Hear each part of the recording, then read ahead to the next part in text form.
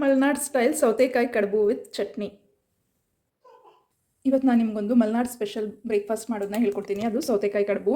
ಇದಕ್ಕೆ ಫಸ್ಟು ಏಲಕ್ಕಿ, ಉಪ್ಪು, ಬೆಲ್ಲ, ಕಾಯಿ ತುರಿ, ರವೆ, ಅಕ್ಕಿ ರವೆ ತೊಗೊಂಡಿದ್ದೀನಿ. ಹಾಗೆ ಸೌತೆಕಾಯಿನ ಕಟ್ ಮಾಡಿ ಇಟ್ಕೊಂಡಿದ್ದೀನಿ. ಹಾಗೆ ಅರಿಶಿನ ಎಲೆ ತೊಗೊಂಡಿದ್ದೀನಿ. ನೀವು ಬಾಳೆ ಎಲೆ ಇದ್ರೂ ಬಾಳೆ ಎಲೆ ಅಥವಾ ಇಡ್ಲಿ ಪಾತ್ರೆಗೆ ಹಾಗೆ ಹಾಕಿದ್ರೂ ಬರುತ್ತೆ. ಈಗ ನೆಕ್ಸ್ಟ್ ಏನು ಮಾಡೋಣ ಅಂತ ಹೇಳ್ಕೊಡ್ತೀನಿ. ನೋಡಿ, ಒಂದು ಪಾತ್ರೆಗೆ ನಾನು ಇಲ್ಲಿ ಎರಡು ಸೌತೆಕಾಯಿನ ಚೆನ್ನಾಗಿ ಸಣ್ಣದಾಗಿ ಕಟ್ ಮಾಡಿ ಇಟ್ಕೊಂಡಿದ್ದೀನಿ. ಹಾಗೆ ಇದಕ್ಕೆ ನಾನು ಇಷ್ಟು ಬೆಲ್ಲ ತೊಗೊಂಡಿದ್ದೀನಿ. ಒಂದೂವರೆ ಸ್ಪೂನಷ್ಟು ಬೆಲ್ಲ ಸಣ್ಣದಾಗಿ ಜಜ್ಜಿಟ್ಕೊಂಡಿದ್ದೀನಿ. ಹಾಗೆ 1/4 ಕಪ್ ಆಗೋಷ್ಟು ಕಾಯಿ ತುರಿ, ಹಾಗೆ ಏಲಕ್ಕಿನೂ ಅಷ್ಟೇ 4 ಏಲಕ್ಕಿನ ಬಿಡಿಸಿಟ್ಕೊಂಡಿದ್ದೀನಿ. ಸ್ವಲ್ಪ ಜಜ್ಜಿಟ್ಕೊಂಡ್ರೆ ಚೆನ್ನಾಗಿ ಬರುತ್ತೆ ಫ್ಲೇವರು. ಹಾಗೆ ಉಪ್ಪು, ಒಂದು ಅರ್ಧ ಸ್ಪೂನಷ್ಟು ಉಪ್ಪು.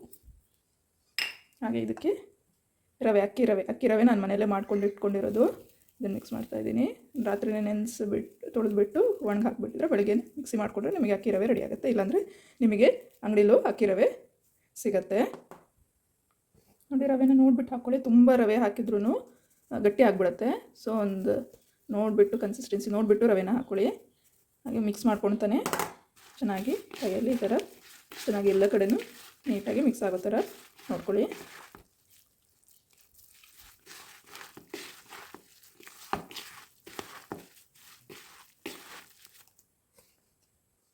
ನೋಡಿ, ನಾನಿಲ್ಲಿ 1/4 ಕಪ್ ಆಗೋಷ್ಟು ಹಾಕಿದ್ದೀನಿ. ಇಷ್ಟನ್ನು ಹಾಗೆ ಇಟ್ಟಿದ್ದೀನಿ.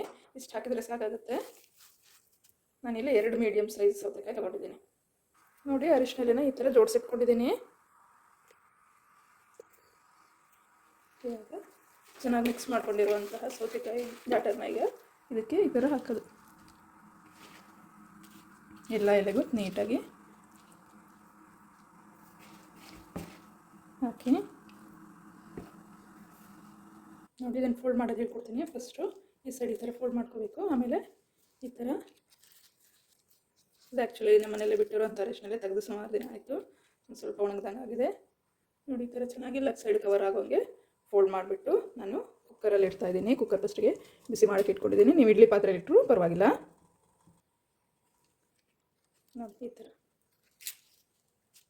ಫಸ್ಟ್ ಯಾವಾಗಲೂ ಈ ಸೈಡ್ ತೊಗೋಬಾರ್ದು, ಈ ಸೈಡ್ ತೊಗೋಬೇಕು, ಹರಿದೋಗ್ಬಿಡುತ್ತೆ ಇಲ್ಲೇ.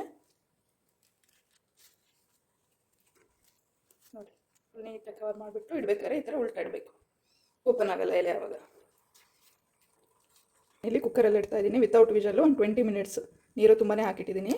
ಒಂದು 20 ಮಿನಿಟ್ಸ್ ಆಗೋಷ್ಟು ನೀವು ಬೇಯಿಸ್ಕೊಂಡ್ರೆ ಚೆನ್ನಾಗಿ ಬೇಯುತ್ತೆ. 20 to 30 ಮಿನಿಟ್ಸ್ ಒಳಗಡೆ ಅದೆಲ್ಲೇ ಕಲರು ಚೇಂಜ್ ಆಗುತ್ತೆ. ಆವಾಗ ಗೊತ್ತಾಗುತ್ತೆ ನಿಮಗೆ ಬೆಂದಿದೆ ಅಂತ. ಇವಾಗ ನಾನು ಲಿಡ್ ಕ್ಲೋಸ್ ಮಾಡಿ ಇಡ್ತಾಯಿದ್ದೀನಿ. ನೋಡಿ, ಈ ಥರ ಲಿಡ್ ಕ್ಲೋಸ್ ಮಾಡಿ ವಿಷಲ್ ತೆಗೆದಿದ್ದೀನಿ ನಾನು. 20 ಮಿನಿಟ್ಸ್ to 30 ಮಿನಿಟ್ಸ್ ಇಟ್ಟರೆ ಕರೆಕ್ಟಾಗಿ ಬೇಯುತ್ತೆ. ಕಡುಬು ರೆಡಿ ಆಗುತ್ತಂತೆ ನಾವು ಚಟ್ನಿ ಮಾಡ್ಕೊಂಬರೋಣ. ಅದಕ್ಕೆ ಫಸ್ಟು ಕಾಯಿ ತುರಿ, ಹಾಗೆ ಒಂದು ಸಣ್ಣ ಈರುಳ್ಳಿ, 2 ಹಸಿಮೆಣಸು, 3 ಬೆಳ್ಳುಳ್ಳಿ, ಹಾಗೆ ಹುಣಸೆ ಹಣ್ಣು, ಕರಿಬೇವು ಸೊಪ್ಪು, ಉಪ್ಪು, ಪುಟಾಣಿ ತೊಗೊಂಡಿದ್ದೀನಿ, ಹಾಗೆ ಕೊತ್ತಂಬರಿ ಸೊಪ್ಪು. ದೀಪಾವಳಿಗೆ ಯೂಶ್ವಲಿ ಈ ಕಡುಬನ್ನ ತುಂಬಾ ಮಾಡ್ತಾರೆ. ಎಲ್ಲರ ಮನೆಯಲ್ಲೂ ಮಲೆನಾಡು ಸೈಡು ದೀಪಾವಳಿಗೆ ಸೌತೆಕಾಯಿ ಕಡುಬು ತುಂಬ ಮಾಡ್ತಾರೆ. ಚಟ್ನಿ ಅಥವಾ ಕಾಯಿ ಹಾಲು ಇದು ಚೆನ್ನಾಗಾಗುತ್ತೆ. ಮತ್ತು even non veg chicken curry ಜೊತೆನೂ ತುಂಬಾ ಚೆನ್ನಾಗಾಗುತ್ತೆ. ಈಗ ಫಸ್ಟು ಕಾಯಿ ತುರಿ, ಹಾಗೆ 1 ಈರುಳ್ಳಿ, ಹಸಿಮೆಣಸು ತುಂಬ ಖಾರ ಇರೋದ್ರಿಂದ 2 ತೊಗೊಂಡಿದ್ದೀನಿ, ಹಾಗೆ ಹುಣಸೆ ಹಣ್ಣು, ಆಮೇಲೆ ಕರಿಬೇವನ್ನು ನಾನು ಇವಾಗಲೇ ಹಾಕ್ಕೊಳ್ತಾ ಇದ್ದೀನಿ. ಕೊತ್ತಂಬರಿ ಮತ್ತು ಪುಟಾಣಿನ ಲಾಸ್ಟಿಗೆ ಹಾಕ್ಕೊಳ್ತಾ ಇದ್ದೀನಿ. ಹಾಗೆ ಉಪ್ಪು ಒಂದು 1/4 ಟೀ ಸ್ಪೂನಷ್ಟು.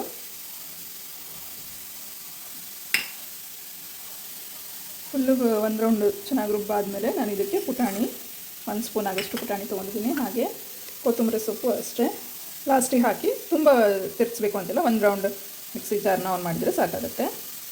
ನೋಡಿ, ಚಟ್ನಿ ರೆಡಿಯಾಗಿದೆ. ಬಿಸಿ ಬಿಸಿ ಕಡುಬಿನ ಜೊತೆ ಚಟ್ನಿ ಒಳ್ಳೆ ಕಾಂಬಿನೇಷನ್ನು. ಅದು ಸ್ವಲ್ಪ ಲೈಟ್ ಸ್ವೀಟ್ ಆಗಿರುತ್ತೆ. ಇದು ಖಾರ ಚಟ್ನಿ ಒಳ್ಳೆಯೇ ಕಾಂಬಿನೇಷನ್.